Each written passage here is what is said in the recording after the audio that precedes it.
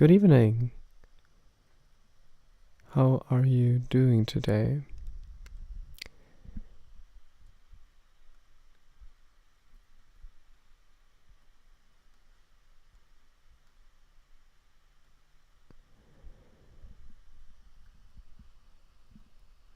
We got some interesting topics to discuss. First of all, I like switching editors apparently. Or should I say I don't like.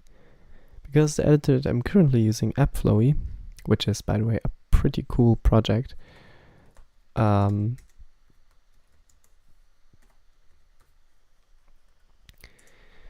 we go.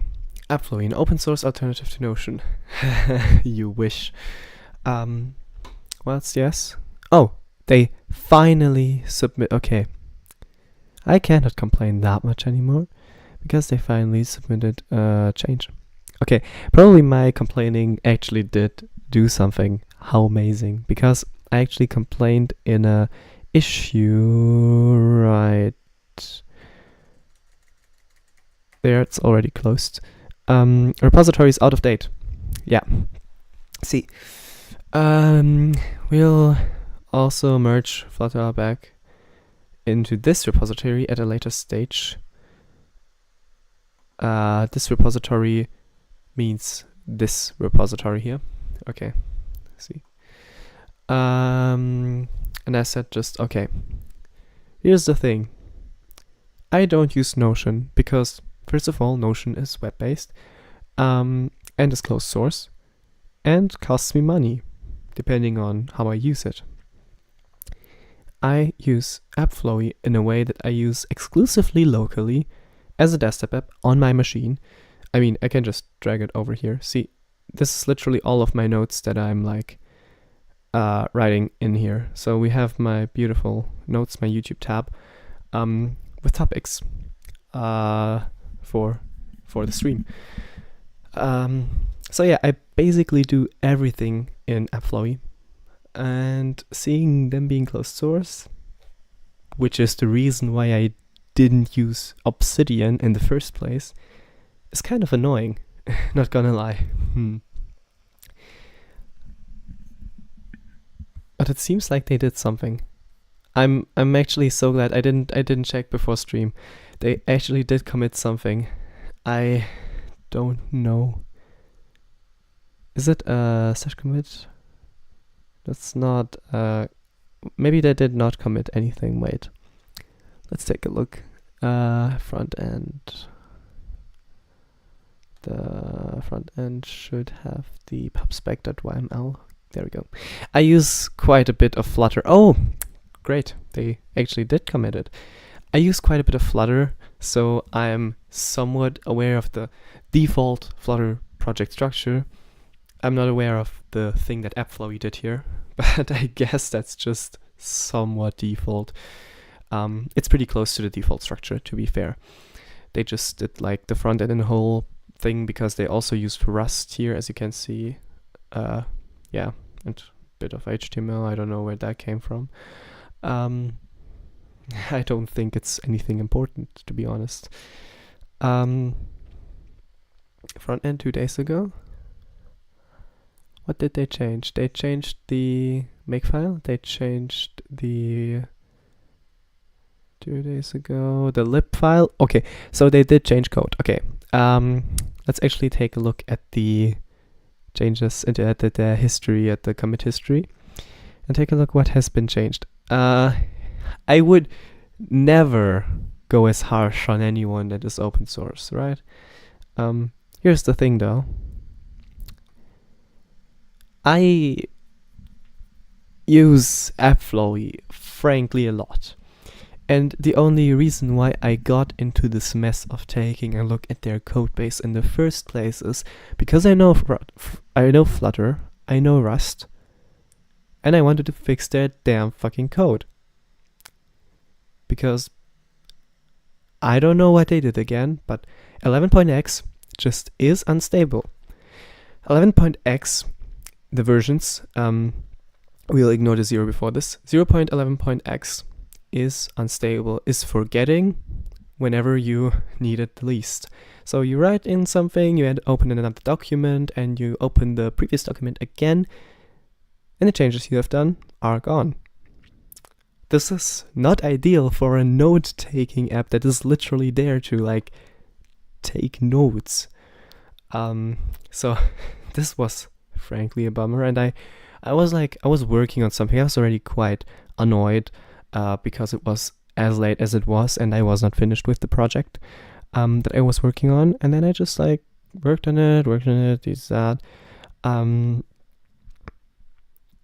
then I needed to look up something else because I have everything in AppFlowy, and I usually don't use tabs in AppFlowy even though these are supported. Because I have everything in AppFlowy, I switched to another like document. Looked it up, what I needed to look up, I think it was the schedule, I don't know, and switched back to the original document I was editing, and the files were gone, like the changes were gone. And then I wanted to take a look at their code. I first of all, I submitted an issue that AppFlowy is forgetting in the 11.x version. They once fixed it. I don't know how they did it, but it's now not working anymore. And I wanted to browse their code. So I'm checking out the code, and I see like here, last commit 2 months ago. And I was like, but their last release was 2 weeks ago. Something is not right here. I wrote in my notes originally. Let me tell you what I wrote in my notes. I wrote in my notes, who said AppFlowy is open source is lying to himself, sadly. Luckily for AppFlowy, they will receive just a little bit hate from me for what they have done.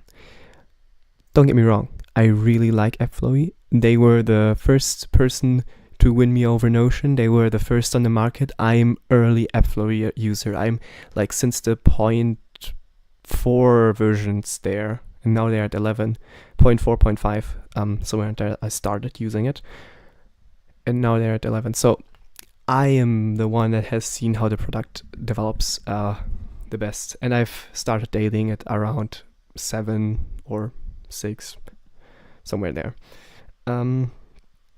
Then this was not supposed to be an AppFlowy rant, but they did some questionable choices in 9.9, especially not releasing any code after that, which they again, I have to say, 11.4 is again open source, which is fine by me. And yeah, as I mentioned, I only realized the source code is not there because I needed to fix my AppFlowy that was forgetting things. And then I wrote, I'm not able to find a good notes app. I might disagree. Here's the thing that no one tells you about basically any app. If you're not an app developer, you probably only notice this when you're unplugged from the wall on the laptop and working on something. And you have apps, like similar build apps to note-taking apps or whatever. One of them drains your battery in 2 hours, one of them in 8. How can this be? And here lies AppFlowy's very strong point. They use Rust and Flutter. And yes, I hear you screaming, Flutter is technically not native. And no, Flutter is not native. That's true. But Flutter just performs so much better in terms of energy consumption compared to like Electron apps. Electron apps are insanely energy inefficient. And there are good note-taking apps if you want to sit next to the wall every few hours. Don't get me wrong, I actually have to show you something. Because there is an app that I've kind of looked into a bit. Because, well, the AppFlowy situation was a bit, let's say, unpleasant for me. The only reason I used AppFlowy is because it was open source compared to Obsidian, because Obsidian is free too and has even more features. But I wanted the openness and the possibility to debug my code if something, to debug others' code if something is not working. Yeah, and then you have Affine. So Affine right now is around in the stage where AppFlowy was 3 years ago, roughly. Or let's say 2 years ago, because 2023, roughly 3 years ago. Yeah, 3 years ago is correct. Affine is in that stage right now. I mean, there's a difference. Affine got their product already together. Probably with AI, we don't know. Maybe they also didn't do it with AI. I haven't looked in the commit history. I wasn't interested enough because I was not dailying it. I'm not as reliant on Affine as I am on AppFlowy for my daily driver, because of the way I just use the apps, right? So Affine is, I was pretty sure it's an Electron app. It does certainly drain a lot more battery than my AppFlowy app. There you go. GitHub. Where was it? Yeah, here. See, JavaScript, TypeScript, a bit of Rust, very not much. Swift. Why did they use Swift? For native stuff, probably, to make it run better on. No results. Amazing. Well, and C. Minimal. I think C is just because of the makefile or something. Well, here's the thing.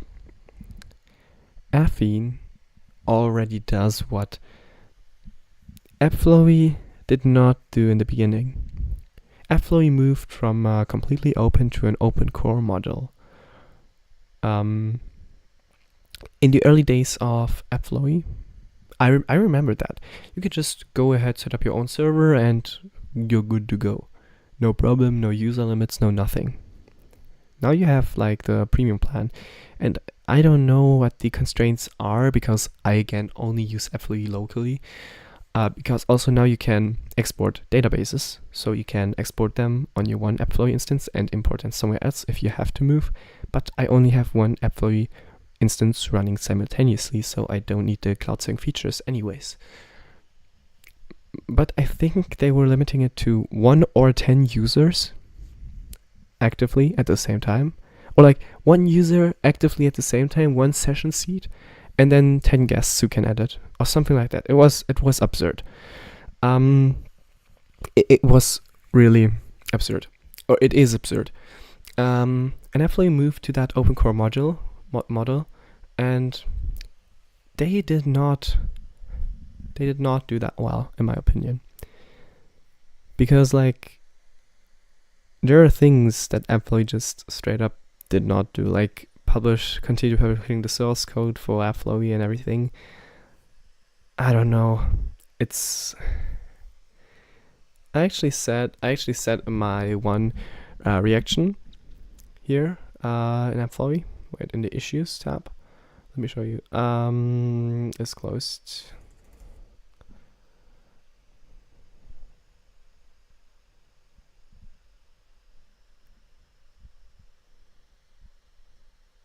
Yeah.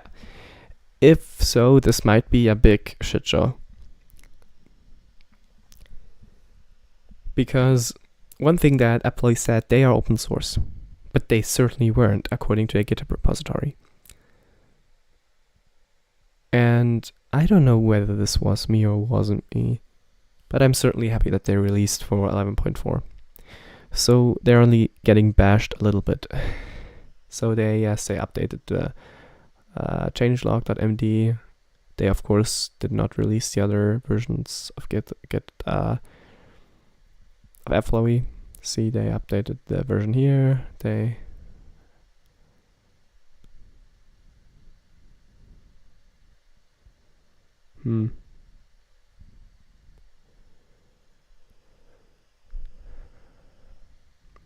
Looks a bit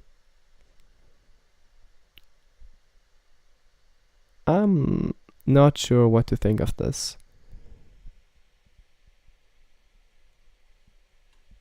Is this the focus? Because I remember like when they changed stuff in commits, and they did not stash commits back then. When they changed stuff in commits, it was always very much. Very much. This not so much. Where do we have it? Right here. I think it will also produce a different output. That's not a good example. Toro Bump version 9.9. Yeah, this is like the last major release, which also passes all tests, by the way, which is great. See, they have. Wait. They. I think. Oh wait. Let me confirm my theory. That's not helpful.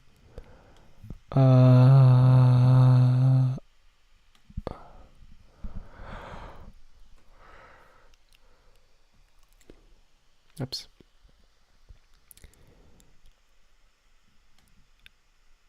They don't use submodules for sure. Yeah, something like this. See, they update all of they do it in batches. But here's the thing. When you set up your environment for AppFlowy, you also download a bunch of other stuff. But you don't download them as submodules, you just download them otherwise. So the AppFlowy repository is usually pretty clean when you want to build. I'm just not sure which version of AppFlowy it will give you now, because it seems like it's 11.4, but we can't tell for sure. And I'm not feeling ready to build now. Not live. Maybe some other time. And therefore, the beautiful title, I like switching note-taking apps. Because I don't, obviously. And the thing is, AppFlowy actually made me somewhat addicted to this nice flow. If I write anything, now I will write it in README in MD files and then export them to PDF if you really need them in another format than Markdown. And if I'm writing in AppFlowy, because AppFlowy can do basically basic README and a bit more, I'm exporting that in AppFlowy, and I can export it as a Markdown file, and I can export it as a PDF file. PDF export is kind of buggy in AppFlowy right now, so I use Markdown actually most of the time, and this works very well. And then if anyone needs a PDF, I can just like convert MD to PDF. There are a lot of converters online that you can self-host to, whatever you want. So yeah, that's basically the thing about the note-taking, which is kind of sad. That came a bit better from this than I expected before I started the stream, because just as I was watching today, I was not watching the repository, but just as I was thinking about how I want to structure it today, I was pretty sure that AppFlowy would not come very well, get over this very well. But they somehow did, because they actually now released all of the stuff. Now I just expect the tests to not fail anymore, and we are good. And yeah, the next thing, Samsung calls to action. Samsung calls to action.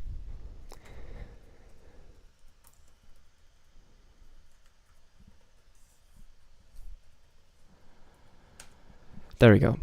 I'm on Reddit. I really appreciate Reddit. Reddit is helpful. There are a lot of things that I have looked into recently that is about Android. I'm the guy that does the custom ROMing, right? I daily a phone that has a custom ROM.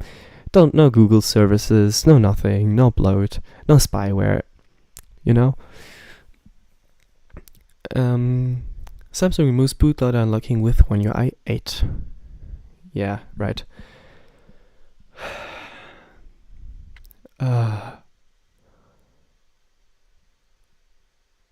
It's notable the reaction here. The largest Android maker ending bootloader unlocking is basically a shrug. Of course, because the scene is already in a pretty bad state. Yep. The scene is... I would disagree with the most upvoted comments.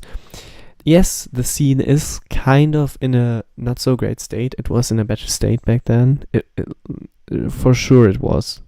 There's no doubt. There are a lot of people that are not dailying custom ROMs for a good reason. And don't get me wrong, I can totally understand why you would not daily a custom ROM.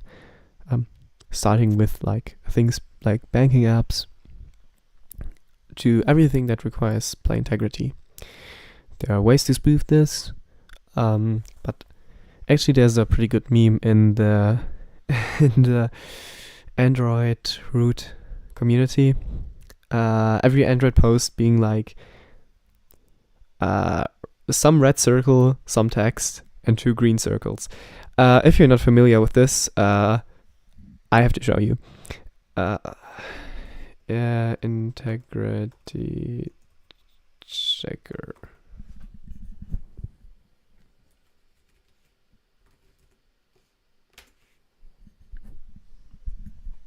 And there's a pretty cool, yeah, this one. And okay, there we go. We got a good one. Usually, if you take a look at this, you see something like this. Most of the time, one of them is green, or maybe also 2 of them are green, but then there's this one that is missing that the user needs for some weird banking app. Most of the time it's the strong integrity that's missing. Actually, the one we just saw 2 seconds ago, which I cannot find anymore. There we go. This means meets device integrity. This means that the bootloader is looks like it is locked. Basic integrity, I don't know. And strict integrity was like very that it is like in Google/OEM device, which it obviously isn't, especially not if you're running a custom ROM. A pretty cool app, pretty nice, pretty much seen in Android root. It's hilarious how often I see an image of this ever since I started following Android root. A good community, don't get me wrong. It's a bit very similar topics. If you're not if your algorithm is a bit screwed like mine is. This one I have never seen. Genuinely. This is a new one for me too. I've never seen this. Okay, cool. This exists too, apparently.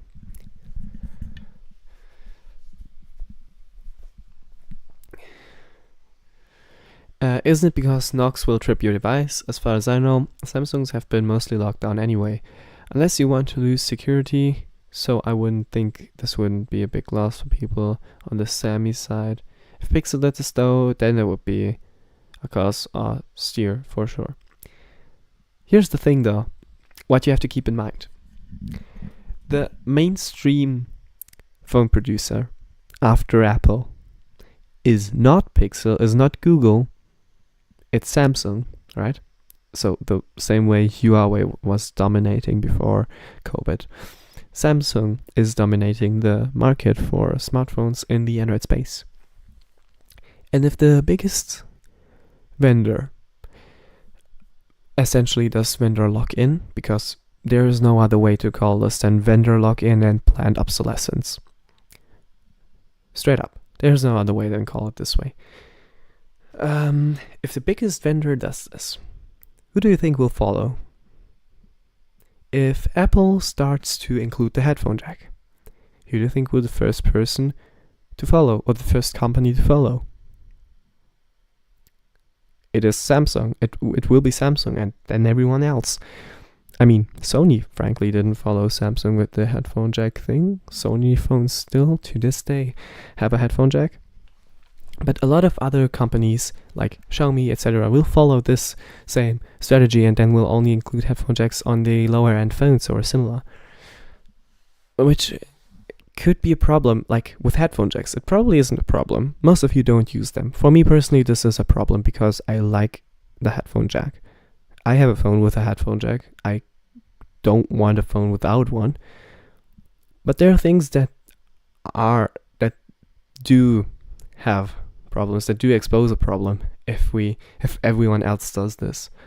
If Samsung decides to lock the bootloader and everyone else follows, we have a problem in the routing scene.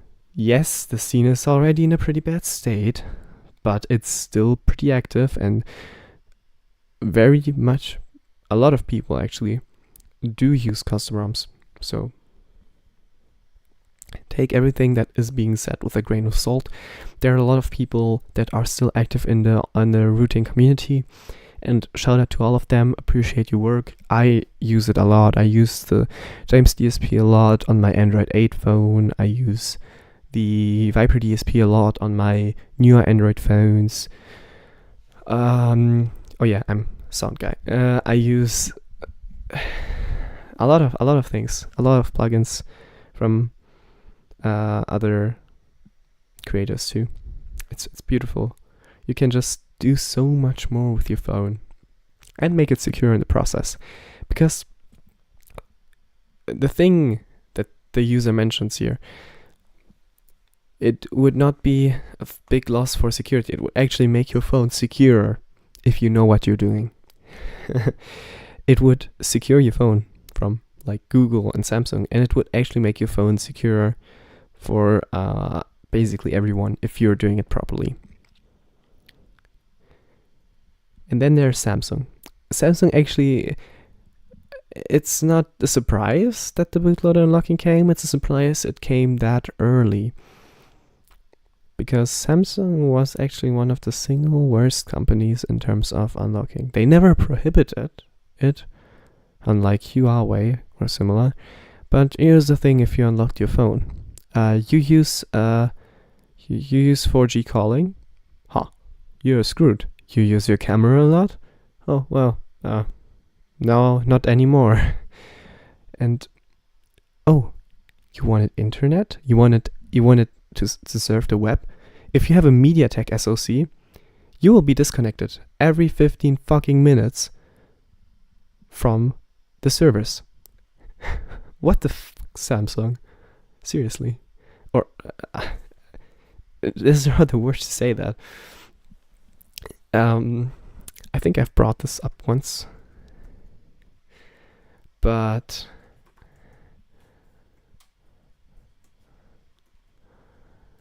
there's a pretty cool list keeping track of companies that care about your data. Just terrible. Apple, terrible. No, that's a tomato.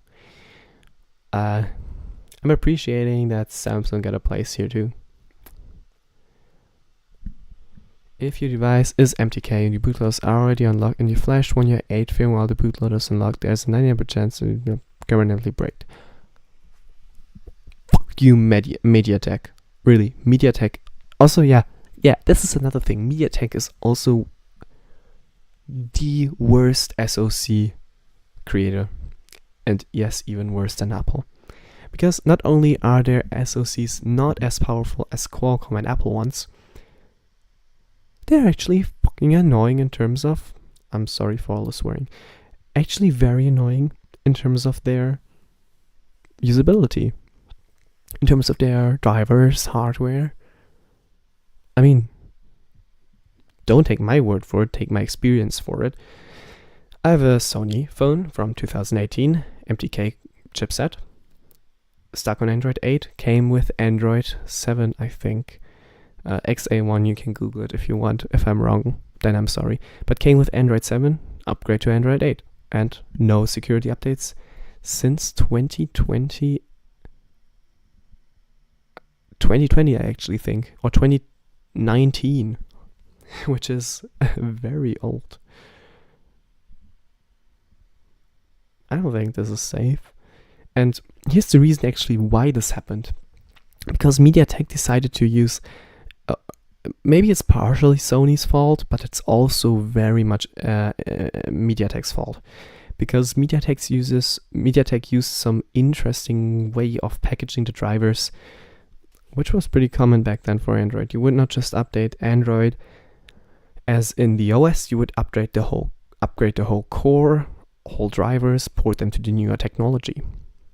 But since Android 9, there was a technology to update or not update the drivers independently from the system. The only thing, or like the only mismatch that should not happen, is the ABI of the drivers should never be higher than the targeted ABI, aka the Android system. So if you have Android 9 and drivers for Android 10, this will not work. But if you have Android 10 on your system and drivers for Android 9, this would work. And also you could then install Android 11, 12, 13, and at some point the drivers will not properly work. But here's the thing, MediaTek did not follow this beautiful concept that Android had for Project Treble. They just were like, we'll do our own thing. And as MediaTek's drivers are way more closed and not as easily to reverse engineer as Qualcomm's for some reason, my older 2015 A5 can run Android 11 and Android 10. My newer XA1 is hard stuck on Android 8, and there's a half GSI version on Android 9, which is kind of sketchy. But still, why MediaTek? Yeah, so thank you for this. It's kind of sad. Yeah, VLT will not work on GSIs or ROMs. Yeah, that's the thing that happened. Yeah, it's a mess. It's a really bad mess, and I don't really want to say that much about this. It just is more prominent than ever, especially considering Google's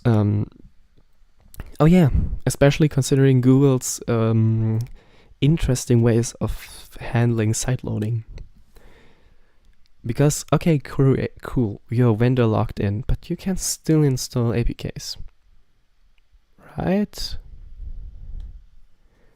You could just install APKs.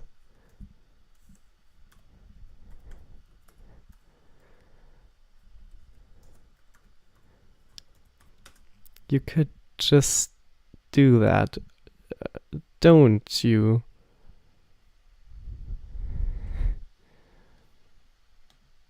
Maybe. Maybe. There we go. This is the proper screen. If you have Google services, and I am the unfortunate person to have Google services on one of my devices, you may be greeted with this pop-up if you install F-Droid apps. Unsafe app blocked. App name. This app was built for an older version of Android and doesn't include the latest privacy protections. Installing this app may put your device at risk. Learn more about Play Protect. Here's the got it button, and here's a button, right? This is a button. You don't believe me? You have to click this, otherwise you cannot install the app. What? I thought we were over this shit. No, we are not. Okay. Aside from the fact that you also have to enable unknown source installations, there is actually a lot more. This isn't just for alt ABI versions. Here's the thing, if you would install the exact same app from the Google Play Store, let it be the exact same ABI target, which is an older Android version, you would not get this message.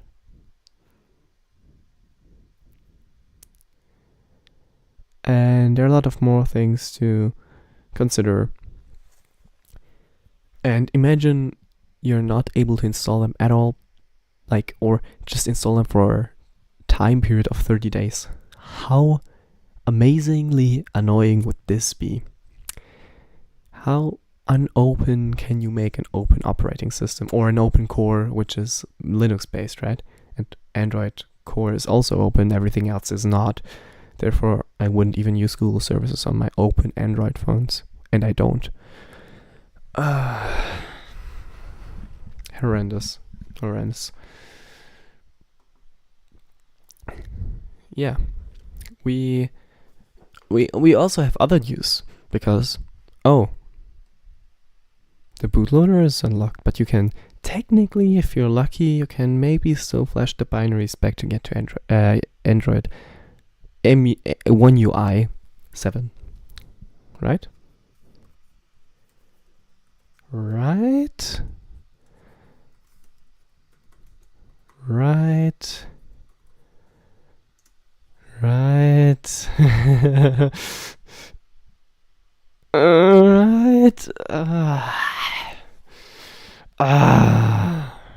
Sorry, this post was deleted by the person who originally posted it.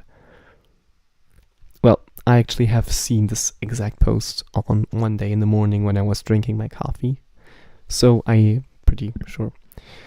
DanLP mode can be accessed through the maintenance mode. Maintenance mode is if you bring the phone to repair so they can check the phone works without seeing your personal data, which is probably not true. I think they can still see the personal data. Or maybe the user data partition is locked, in which case this would actually be secure. Whoa.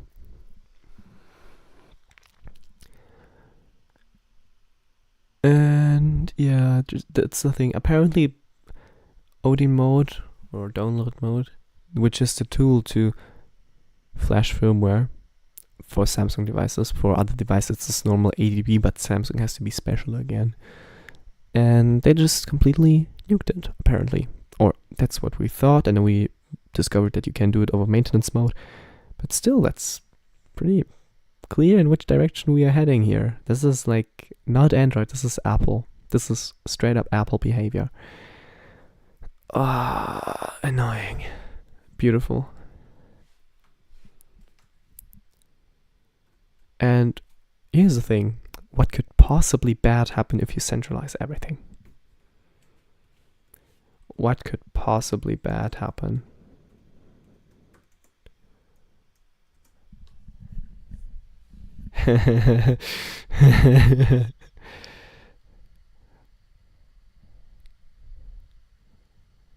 What could possibly bad happen? I don't know. Yeah, AWS, for those who don't know, AWS had the problem. Yeah, it was a pretty interesting one. Yeah.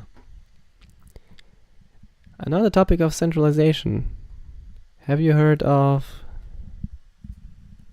Flatpaks?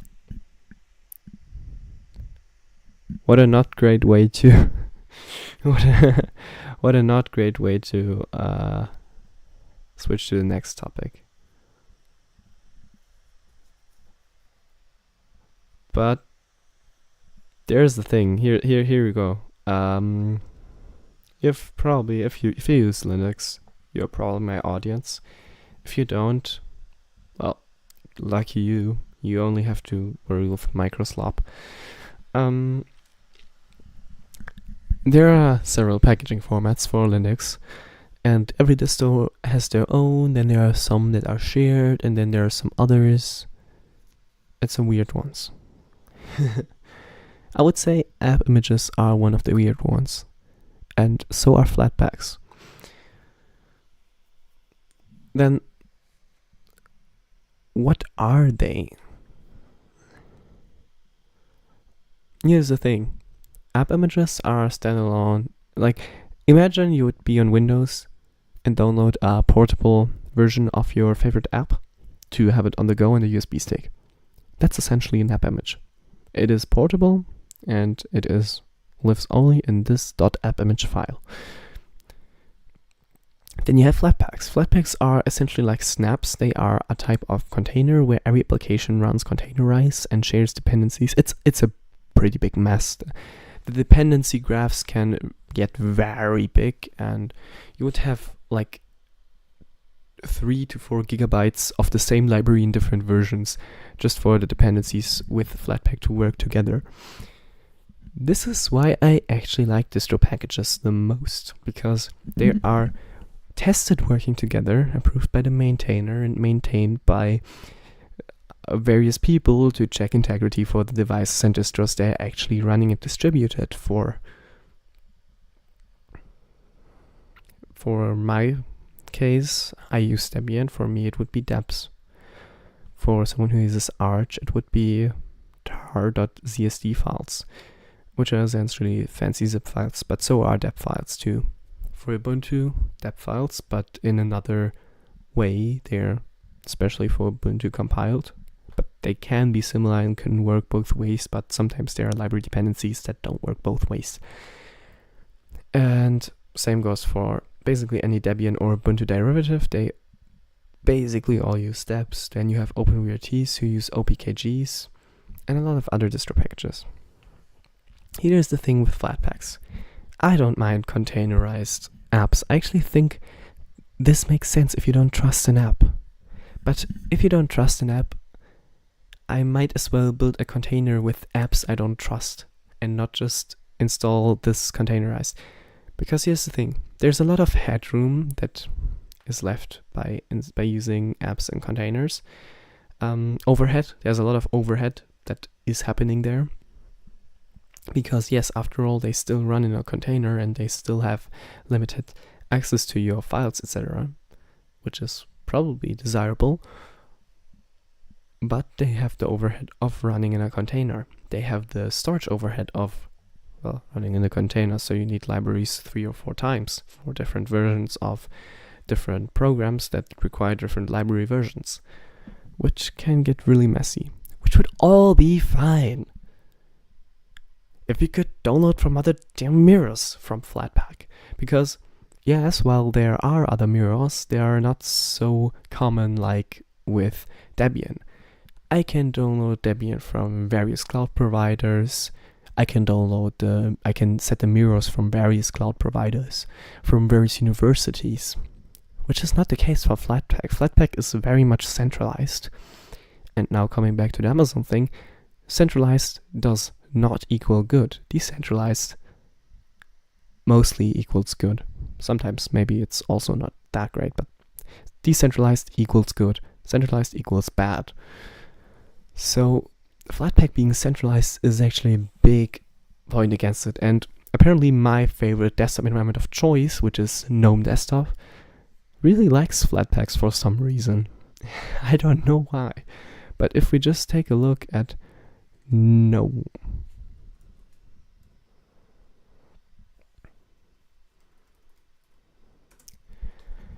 they have a pretty interesting way of thinking. Oh yeah, Windows end-of-10.org. Ha! When I switch to you... Wait, is it just for... Ah, see, even my distro of choice. EUOS, what? Oh! Holy...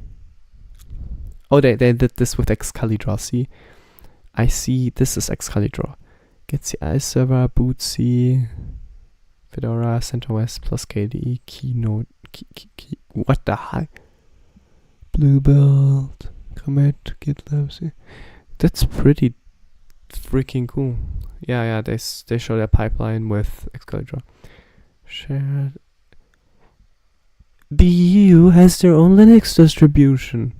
Come on, US! Show me your own Linux distribution, then we can talk. Or are you busy with Microsoft? But the EU has their own Linux distro. Okay, well, that was not the point. I was here. I was not gonna glaze the EU for this, even though this deserves glazing. Where are we? Latest release. Get involved.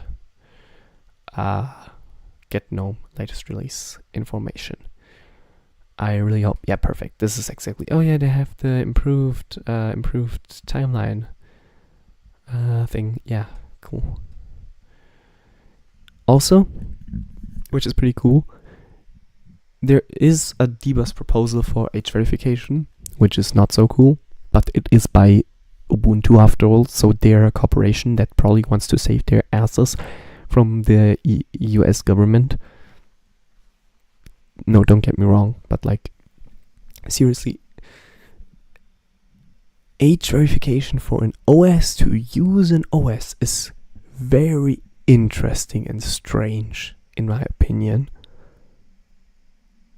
Because yes, I do get when apps need your age verification, but an OS at an OS level that I use all the time, that I trust a lot of my personal data, should that really be part of it? And then sending my age to all the apps that request it? Is this really supposed to be a dbus module? Is this really supposed to be in the core by design? Because from what I've heard, which is pretty cool, from what I've heard, Linux will not actively support this new enforced law. Also, it's not globally enforced, so whatever. Here you go. The GNOME project, right? No, not this one. The GNOME developers, new wallpapers. I'm searching for the GNOME circle.